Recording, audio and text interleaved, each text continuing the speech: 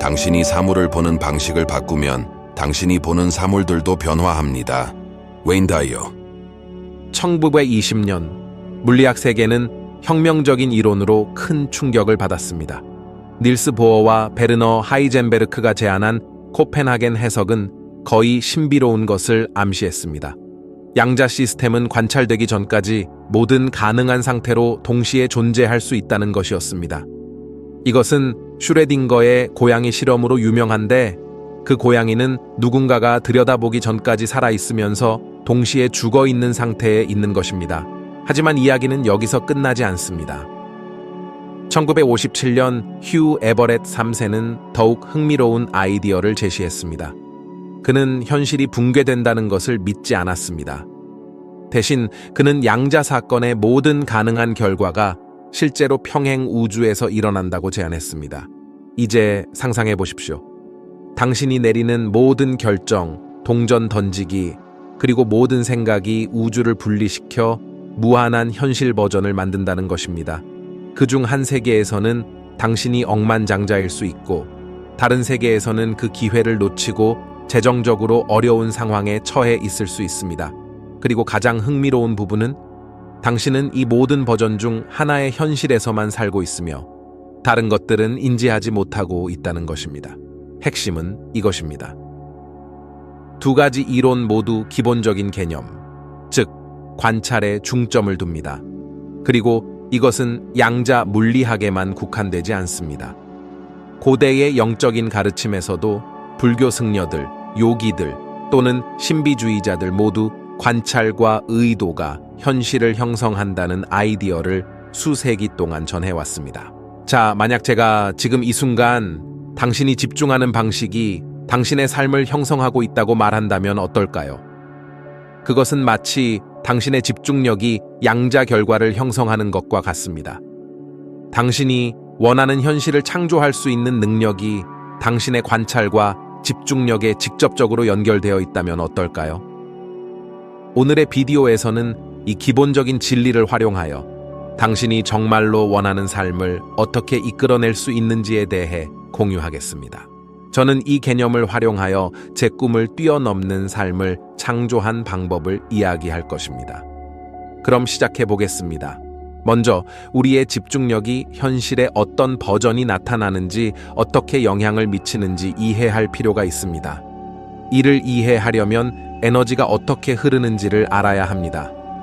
만약 당신이 삶에서 막혀 있다고 느끼거나 무언가를 이루기 위해 노력하는데도 결과가 나타나지 않는다면 그 원인은 어딘가에 에너지가 막혀 있기 때문일 것입니다. 에너지가 흐르지 않으면 그것은 정체 상태를 피하기 위해 움직일 방법을 찾아야 합니다. 이것이 일어날 때 우리는 동일한 상황을 반복적으로 경험하게 됩니다. 재정적인 어려움이든 관계에서의 문제든 아니면 다른 무엇이든 간에 말이죠. 하지만 무엇이 에너지의 흐름을 좌우할까요? 그것은 바로 주의입니다. 주의는 에너지의 흐름을 지시합니다. 당신이 어디에 주의를 기울이느냐에 따라 에너지가 따라갑니다. 우리의 집중력과 주의가 에너지가 어디로 흐를지를 결정짓습니다. 우리는 두 가지 주요 유형의 주의를 가지고 있습니다. 극성주의와 비극성주의입니다. 극성주의는 현실을 끌어당기거나 밀어내는 힘을 가지고 있습니다. 우리가 어떤 것에 집중할 때 우리는 그 현실을 끌어당기고 다른 현실을 밀어냅니다. 극성주의는 이와 같은 방식으로 작동하며 우리가 집중하는 것을 끌어들이고 집중하지 않는 것을 밀어냅니다. 반면 비극성주의는 완전히 중립적입니다. 그것은 현실을 해체하는 힘을 가지고 있습니다. 우리의 삶에 나타나는 양자적 사건의 관점에서 보면 우리는 이를 하나의 예로 이해할 수 있습니다. 두 가지 극성주의가 있다면 긍정적인 주의와 부정적인 주의가 있을 것입니다. 이때 중요한 것은 주의의 성질이 아니라 그 내용입니다. 예를 들어 당신이 청구서에 대한 혐오감을 가지고 있거나 돈을 잃는 것을 싫어한다면 더 많은 그런 상황들을 끌어당기게 될 것입니다. 반대로 당신이 돈을 벌고 성장하는 것에 대해 감사하는 마음을 가지고 있다면 그런 기회들이 더 많이 찾아올 것입니다.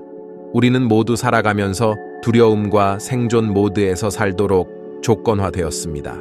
우리의 생물학적 본능은 그런 방식으로 우리를 프로그램해 왔기 때문입니다. 우리는 생존을 최우선으로 여기며 우리의 안전에 대한 위협을 피하려고 노력합니다.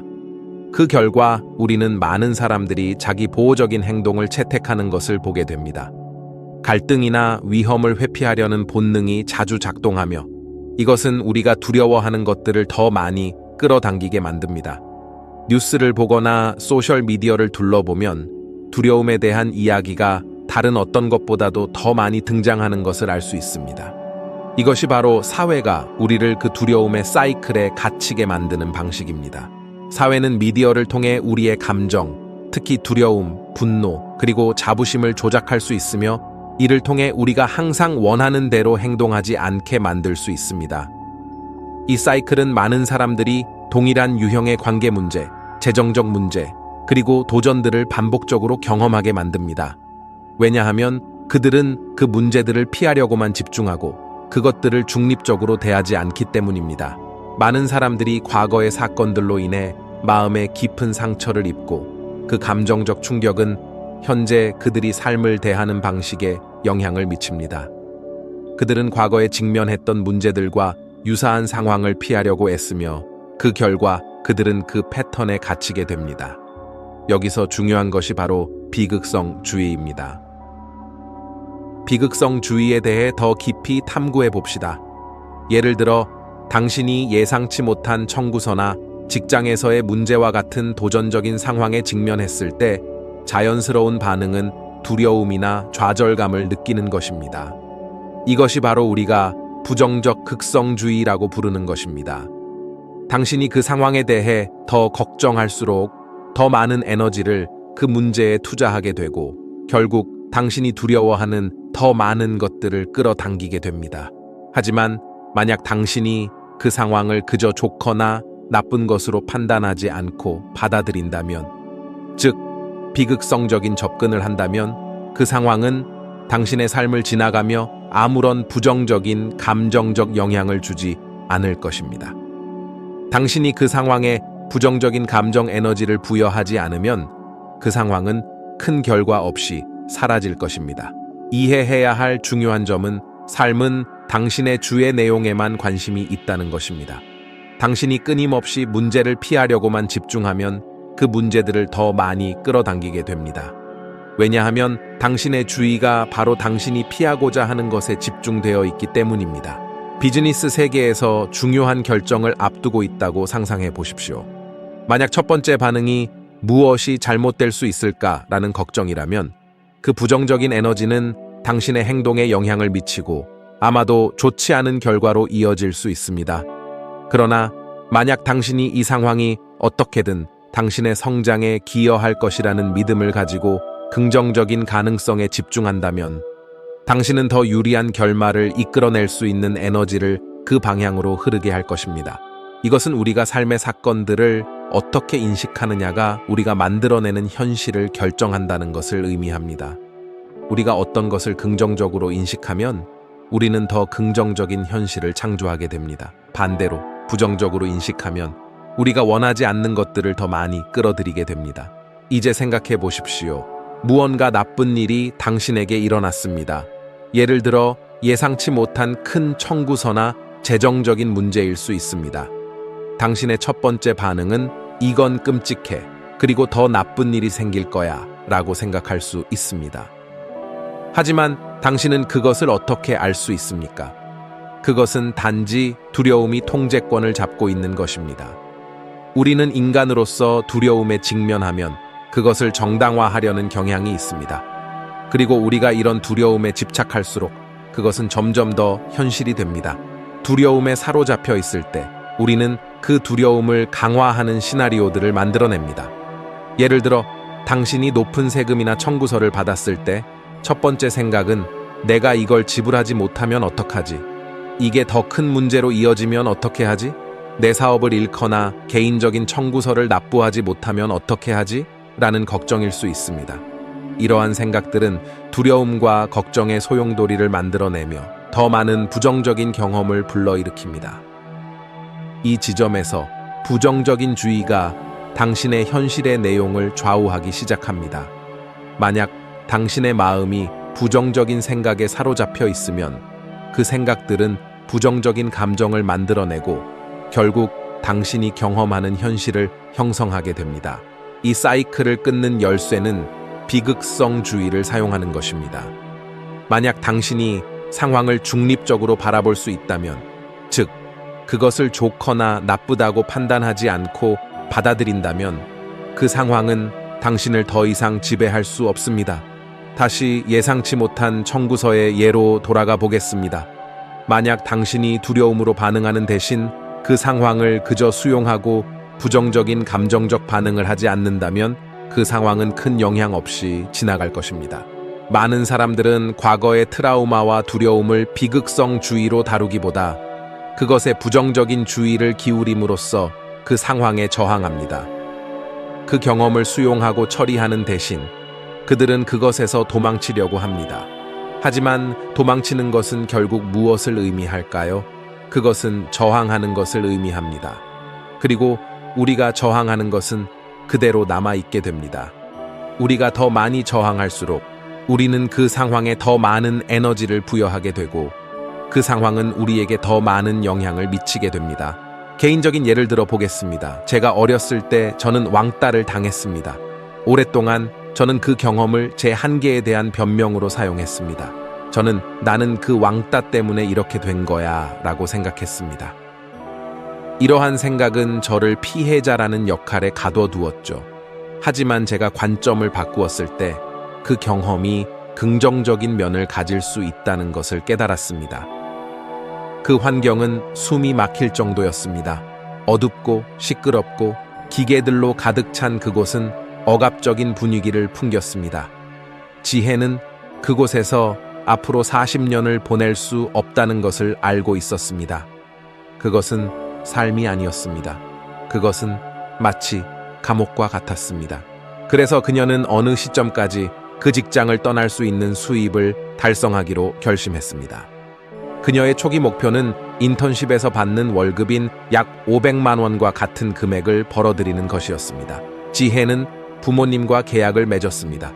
만약 그녀가 자력으로 그 금액을 벌어들일 수 있다면 부모님은 그녀가 자신의 길을 따르겠다는 결정을 존중해야 했습니다. 부모님은 다른 많은 사람들처럼 열심히 일하고 안정적인 직장을 가져라 라는 사고방식에 갇혀 있었고 인터넷과 같은 방식으로 돈을 벌 수 있다는 것을 믿지 않았습니다. 지혜는 자신의 삶을 바꾸기로 결심하고 그 도전을 받아들였습니다.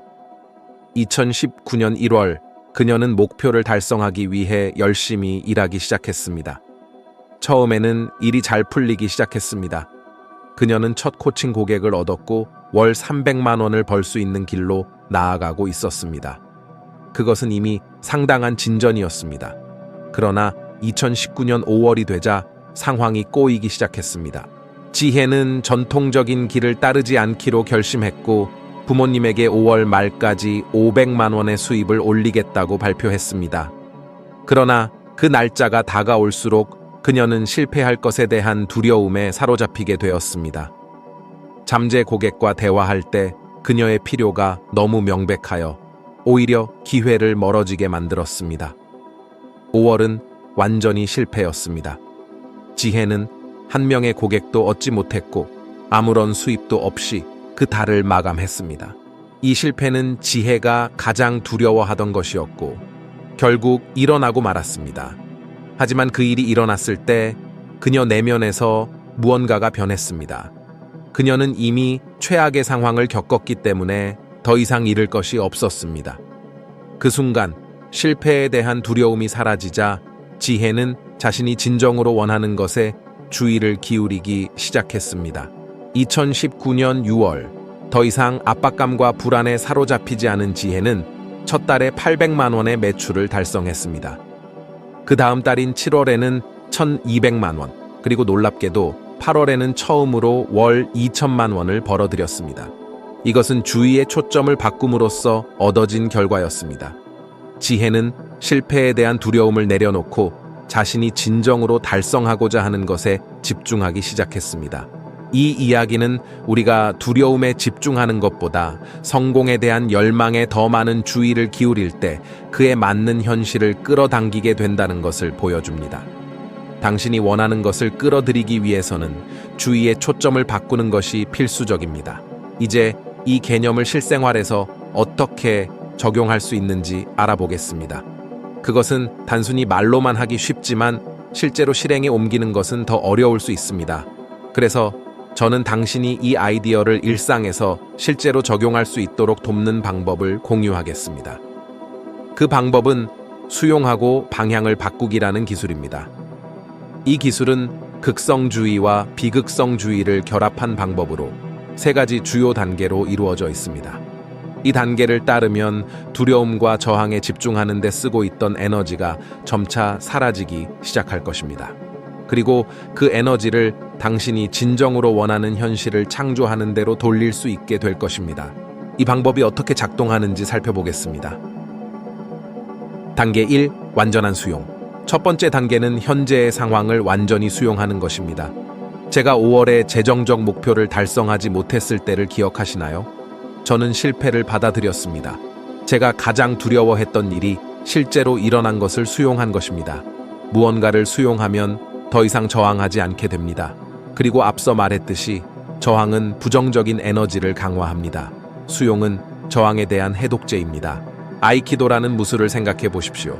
이 무술은 상대방의 힘을 이용해 공격을 피하는 기술입니다. 공격을 막는 대신 그 에너지를 이용해 상대의 공격을 피하는 것이죠. 수용도 이와 같습니다. 당신은 지금 일어나고 있는 일에 저항하는 데 에너지를 낭비하는 대신 그 에너지를 다른 방향으로 돌리는 것입니다. 무언가를 수용하게 되면 변화가 일어날 공간을 마련할 수 있습니다. 당신의 인생에서 최악의 상황이 일어났다고 상상해 보세요. 이제 그 상황을 수용해 보십시오. 그 상황 속에서도 여전히 삶은 계속된다는 것을 깨닫게 될 것입니다. 당신은 두려움에 의해 지배받을 필요가 없습니다. 수용은 당신이 그 두려움에서 벗어날 수 있게 해줍니다. 단계 2. 긍정적인 가능성을 찾기. 상황을 수용한 후 당신은 그 상황을 새로운 시각으로 바라볼 수 있습니다. 종종 문제처럼 보이는 것이 실제로는 위장된 기회일 수 있습니다. 만약 당신이 어떤 사업 기회를 놓쳤다면 그 상황은 더 나은 기회를 위한 공간을 열어주고 있을지도 모릅니다. 거절을 당했다면 그것이 당신을 올바른 길로 인도하는 신호일 수도 있습니다. 아직 그것을 명확하게 보지 못하더라도 말이죠. 저와 제 아내가 최근에 집을 사려고 했을 때 있었던 상황을 기억합니다. 모든 것이 잘 진행되는 것처럼 보였는데 갑자기 판매자가 연락을 끊었습니다. 처음에는 그들이 더 나은 제안을 받은 후 계약을 파기하려고 하는 줄 알았습니다. 우리는 시간을 많이 투자했기 때문에 좌절감을 느꼈습니다. 하지만 대신 우리는 그 상황이 우리에게 어떤 교훈을 주고 있는지 생각하기로 했습니다. 어쩌면 그 집이 우리에게 맞지 않았을 수도 있습니다. 어쩌면 우주가 우리가 알지 못하는 무언가로부터 우리를 보호하고 있었을지도 모릅니다. 이런 관점에서 상황을 바라보자 우리는 스트레스에서 벗어나고 다른 가능성들에 마음을 열 수 있게 되었습니다. 단계 3. 주의를 재조정하기. 마지막 단계는 당신이 진정으로 원하는 것에 주의를 돌리는 것입니다. 이제 상황을 수용하고 긍정적인 가능성을 찾았다면 당신은 중립적인 입장에 서게 됩니다. 이 상태에서는 에너지를 어디로 보낼지 선택할 수 있습니다. 당신이 진정으로 창조하고 싶은 것은 무엇입니까? 당신이 원하는 것은 무엇입니까? 긍정적인 측면에 주의를 기울이면 당신은 그 에너지로 현실을 더 좋은 방향으로 끌어당길 수 있습니다. 이제 3가지 주요 단계를 살펴보았으니 수용, 긍정적인 가능성 찾기, 주의 재조정, 일상에서 이 단계를 어떻게 적용할 수 있는지 알아보겠습니다. 이 기술의 차별화된 점은 그것이 단지 큰 결정이나 극단적인 상황에만 국한되지 않는다는 것입니다. 직업을 바꾸거나 재정적 도전에 직면할 때만 사용할 수 있는 것이 아니라 일상의 모든 순간에 적용될 수 있습니다.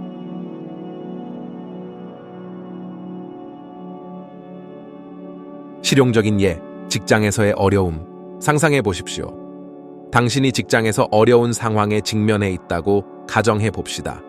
어려운 프로젝트를 처리해야 하거나 동료와의 관계가 불편하거나 성과 압박이 계속될 수 있습니다. 첫 번째 반응은 좌절, 분노 또는 낙담일 수 있습니다. 이는 당연한 반응입니다. 그러나 그런 감정에 휘둘리기보다는 수용하고 방향을 바꾸기 기술을 사용할 수 있습니다. 첫 번째 단계는 현재의 상황을 수용하는 것입니다. 어쩌면 직관에 반하는 것처럼 보일 수 있지만 당신이 통제할 수 없는 상황을 수용함으로써 그 상황이 당신에게 미치는 힘을 약화시킬 수 있습니다. 수용은 우리가 원하지 않는 것에 얽매이지 않도록 도와줍니다. 수용한다는 것은 불리한 상황에 굴복하는 것이 아니라 그 상황에 대한 감정적인 저항을 멈추는 것을 의미합니다. 두 번째 단계는 그 상황에서 무엇이 긍정적인지 찾는 것입니다. 이 경험이 당신에게 무엇을 가르치고 있을까요? 인내심을 기르는 데 도움이 되고 있나요?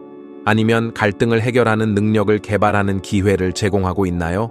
또는 더 큰 도전을 위해 당신을 준비시키고 있을까요?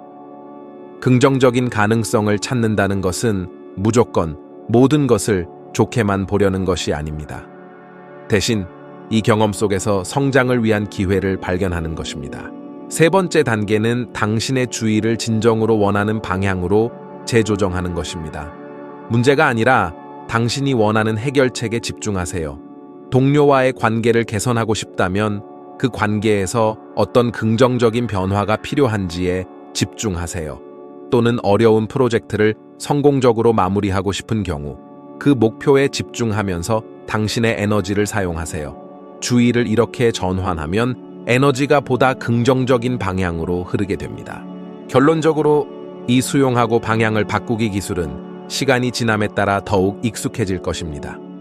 처음에는 어렵게 느껴질 수 있지만 반복적으로 연습하다 보면 자동적으로 사용할 수 있게 될 것입니다.